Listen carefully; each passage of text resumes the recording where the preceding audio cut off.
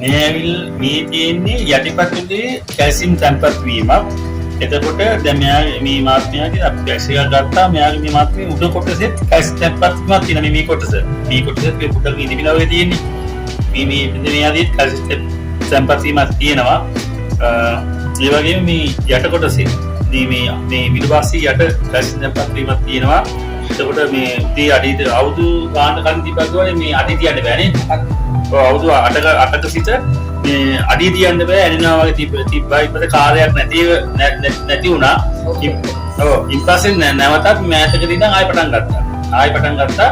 එතකොට මේකට අපි කියන්නේ යටිපතුල් සංදි ගෙවීම. එතකොට මේක අපි ප්‍රතිකාර මම කරන්නේ දවස් 7යි බීට් වීල් 7යි පළවෙනි දවස් 4 මේ කැල්සියම් කට්ට මිලිට් කිරීමක් කරනවා.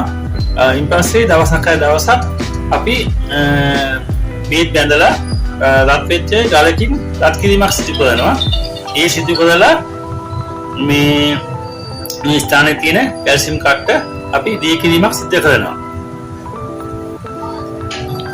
මේ සම්බන්ධව පුල් වීඩියෝ එකක් ඊට කලින් දෙකක්ම තියෙනවා මගේ මේ YouTube වීඩියෝ channel එකේ බලන්න ඕන නම් පුළුවන්.